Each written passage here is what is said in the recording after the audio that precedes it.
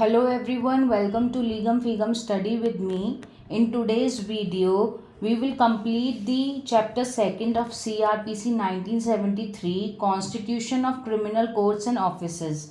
अध्याय 2 दंड न्यायालयों और कार्यालयों का गठन। इसमें हम 16 धारा तक कर चुके थे, सेक्शन 16 तक हम कर चुके थे, 15 तक हम कर चुके थे। आज हम करेंगे 16 से लेके 25A तक, मतलब 16 से लेके 25 कै तक आज हम जो है वो करेंगे। तो इसमें मैंने एक इम्पॉर्टेंट सेक्शंस की लिस्ट बनाई है, वो पहले देख लेते हैं कौन कौन से हम इस वीडियो में डिटेल एनालिसिस करेंगे उन सेक्शंस का, और जो इम्पॉर्टेंट नहीं है मेरे अकॉर्डिंग उसको सिर्फ मैं आपको हेडिंग पढ़ा के आगे प्रोसीड ऑन करूँगी। तो 16 सेक्शन क्या कहता है? Courts of metropolitan magistrate, 17 chief metropolitan magistrate जिसको मैंने MM लिखा है and additional chief metropolitan magistrate, 18 special metropolitan magistrate, 19 subordination of MM, 20 executive magistrate, 21st special executive magistrate, 22nd local jurisdiction of executive magistrate, 23rd subordination of executive magistrate, 24th public prosecutors, 25th assistant public prosecutors, 25th A directorate of prosecution। इसमें मैंने कुछ 4-5 sections जो है important list में नहीं डाले हैं, पर मैंने आपको सारे पढ़ के बताए हैं।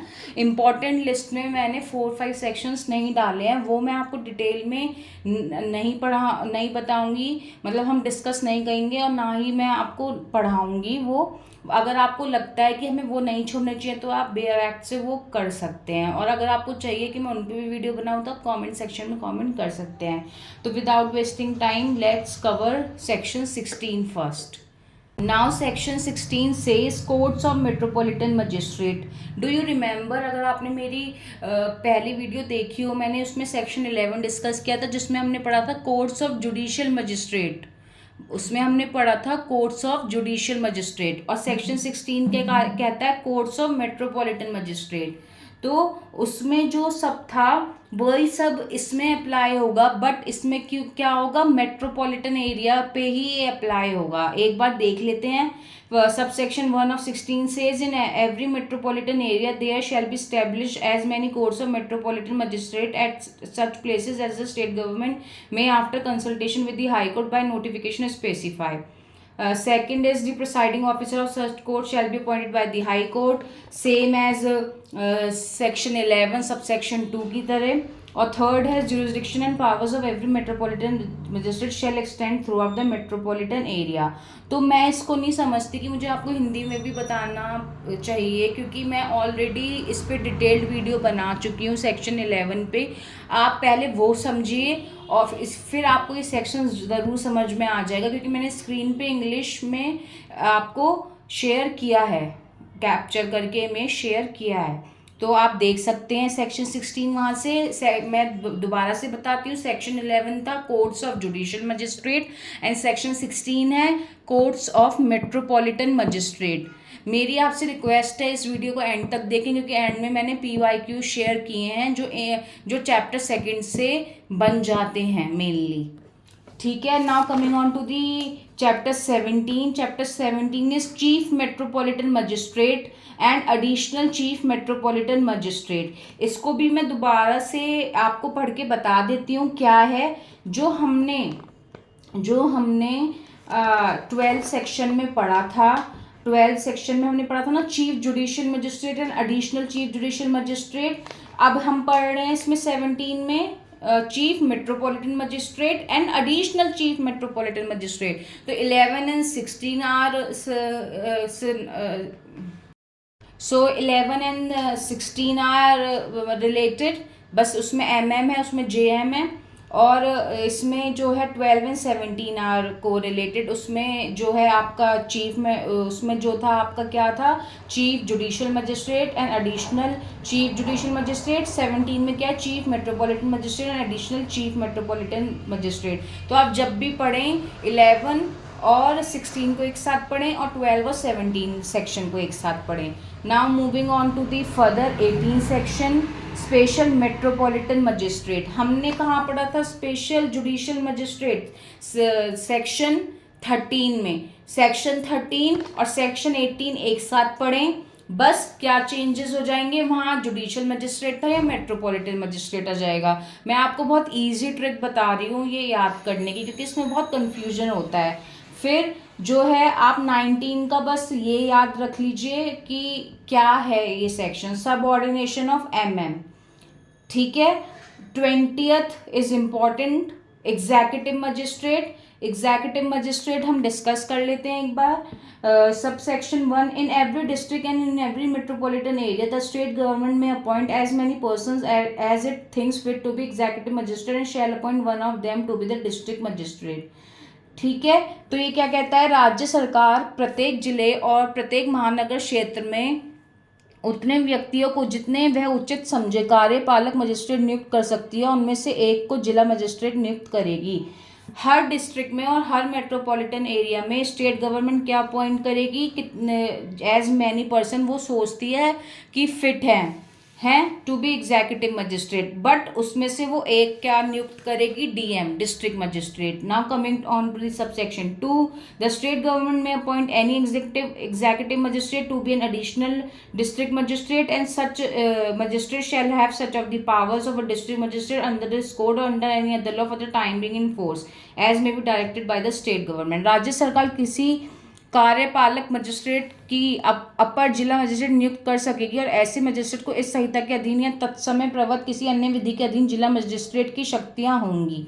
इसमें क्या है, जो स्टेट गवर्नमेंट एग्जीक्यूटिव मजिस्ट्रेट को अपॉइंट करेगी एडिशनल डिस्ट्रिक्ट जज की तरह और मजिस्ट्रेट को अपॉइंट करेगी और उसके पास पावर्स होंगी डिस्ट्रिक्ट मजिस्ट्रेट की अंडर दिस कोड और under any law for the time being in the force, क्योंकि ऐसा स्टेट गवर्नमेंट ने कहा है. ठीक है. अगर वो एग्जीक्यूटिव मजिस्ट्रेट को to be an additional district magistrate appoint करती है, तो उसके पास वही पावर्स होंगी, ठीक है, जो डीएम के पास होती हैं.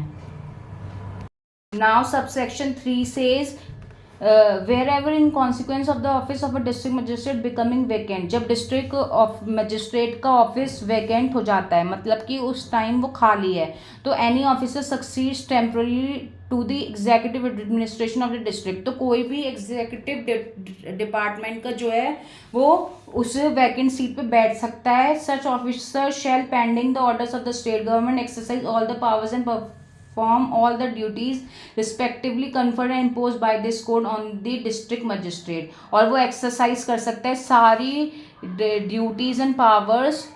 कौन सी? डिस्ट्रिक्ट मजिस्ट्रेट वाली. जब तक वो उस सीट पे बैठेगा, क्योंकि वो सीट वैकेंट थी तो उस बंदे को वहाँ पे बिठा दिया, क्योंकि उसकी क्वालिफिकेशन और वो गवर्नमेंट एम्प्लॉय है, तो उसको उतने वहाँ बिठा दिया. जब ये सीट फुलफिल हो जाएगी तो उसको वहाँ से हटा दिया जाएगा. Now subsection 4 is the state government may place an executive magistrate in charge of a subdivision and may relieve him of the charges occasion requires, and the magistrate so placed in charge of subdivision shall be called a subdivisional magistrate. राज्य सरकार आवश्यकता अनुसार किसी कार्यपालक magistrate को उपखंड का भार साधक बना सकती है और उसको भार साधन से मुक्त कर सकती है, और इस प्रकार किसी उपखंड का भार साधक बनाया गया मजिस्ट्रेट उपखंड मजिस्ट्रेट कहलाएगा. अगर स्टेट गवर्नमेंट ने एग्जीक्यूटिव मजिस्ट्रेट को इंचार्ज बनाया है किसी सब डिवीजन का, तो वो मजिस्ट्रेट जो है वो सब डिवीजनल मजिस्ट्रेट की तरह वहाँ पे एक्ट अपॉन करेगा. ठीक है. नाउ 4A क्या कहता है, स्टेट गवर्नमेंट जनरल और स्पेशल ऑर्डर से कंट्रोल एंड डायरेक्शंस दे सकती है और अपनी पावर्स जो है डेलीगेट कर सकती है under subsection 4 to the district magistrate. State इसमें जो पूरा रोल है वो स्टेट गवर्नमेंट ही प्ले कर रही है. Now subsection 5 says nothing in this section shall preclude the state government from conferring under any law for the time being in force on a commissioner of police or any of the powers of an executive magistrate in relation to a metropolitan area. इस धारा की कोई बात तत्समय प्रवृत्त किसी विधि के अधीन महानगर क्षेत्र के संबंध में कार्यपालक मजिस्ट्रेट की सब शक्तियां या उनमें से कई शक्ति पुलिस आयुक्त को प्रदत्त करने से राज्य सरकार को प्रभावित नहीं करेगी। क्या कहता है कि जो इस सेक्शन में नहीं दी गई हैं पावर्स, हाँ, और स्टेट गवर्नमेंट ने इस लॉ में नहीं दी गई हैं powers on a commissioner of police और कोई भी powers of the executive magistrate in relation to a metropolitan area.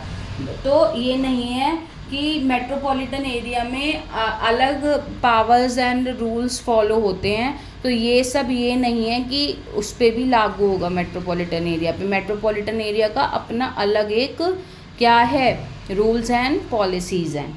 ठीक है, अब सेक्शन 21 बस आप ये याद रख लीजिएगा, स्पेशल एग्जीक्यूटिव मजिस्ट्रेट होता है। Section 22 local jurisdiction of executive magistrate होता है। 23 सबऑर्डिनेशन ऑफ एग्जीक्यूटिव मजिस्ट्रेट होता है। अगर आपको एग्जीक्यूटिव मजिस्ट्रेट समझ आ गया तो इसका रोल इतना नहीं है, बस आप इसके सेक्शंस को याद कर सकते हैं, क्योंकि जब मैं आपसे लास्ट में PYQ शेयर करूँगी आप देखेंगे इसमें ज़्यादातर स्टेट गवर्नमेंट से रिलेटेड ही क्वेश्चन पूछे गए हैं। Very important question from the point of view of examination.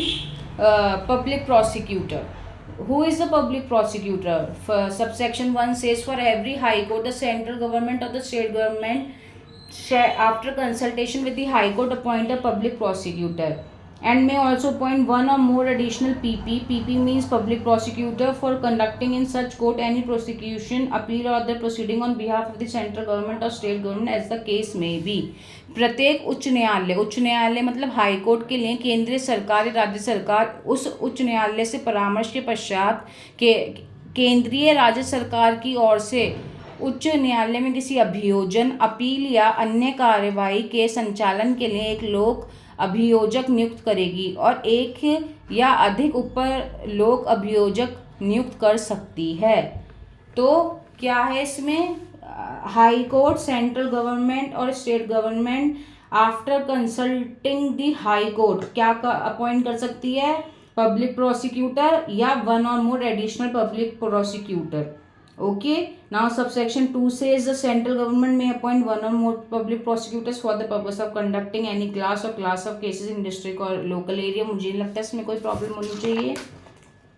Now what third says, what subsection third says, for every district the state government shall appoint a public prosecutor, may also appoint one or more additional public prosecutors for the district, provided the public prosecutor, additional public prosecutor appointed for one district may be appointed also to be public prosecutor or additional public prosecutor as the case may be for another district. आप ये section थोड़ा read on कर सकते हैं। इसमें जो है आपके काफ़ी सारे सबसेक्शंस हैं। कितने सबसेक्शंस हैं मैं आपको बता देती हूँ।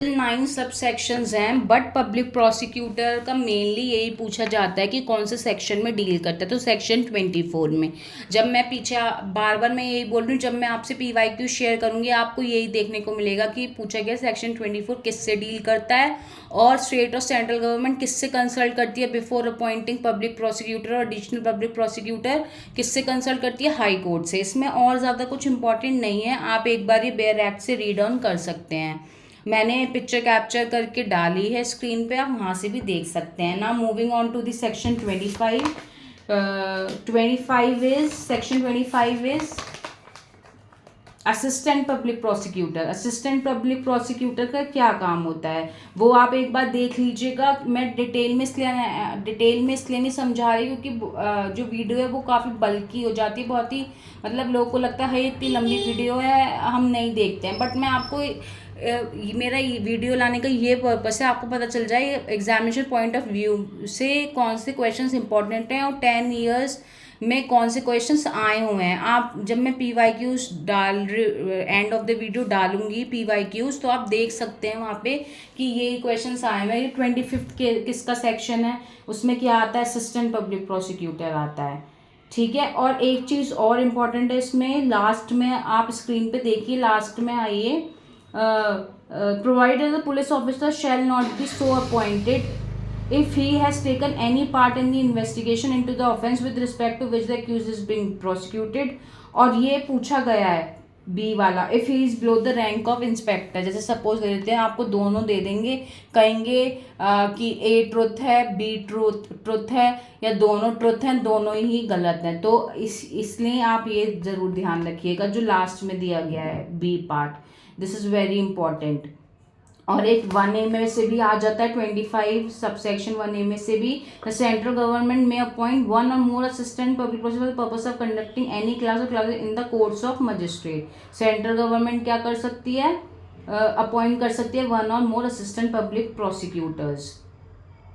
ओके, तो आप ये देख सकते हैं। नाउ इंसल्ट हुआ था 25A directorate of prosecution. Directorate of prosecution जो है वो कब इंसल्ट हुआ था, by the code of criminal procedure amendment act 2005। ये क्वेश्चन पूछा गया है उत्तराखंड में, आई थिंक, या पता नहीं किसी PYQ में ये पूछा गया है कि कब इंसर्ट हुआ था, तो वो भी मैंने शेयर किया है, आप प्लीज़ एंड तक ये वीडियो देखिएगा। तो 25A के आप सबसेक्शंस जो हैं वो बेयर एक्ट से पढ़ सकते हैं, या ऑन स्क्रीन डाल रही हूँ, वो आप पॉज करके देख सकते हैं।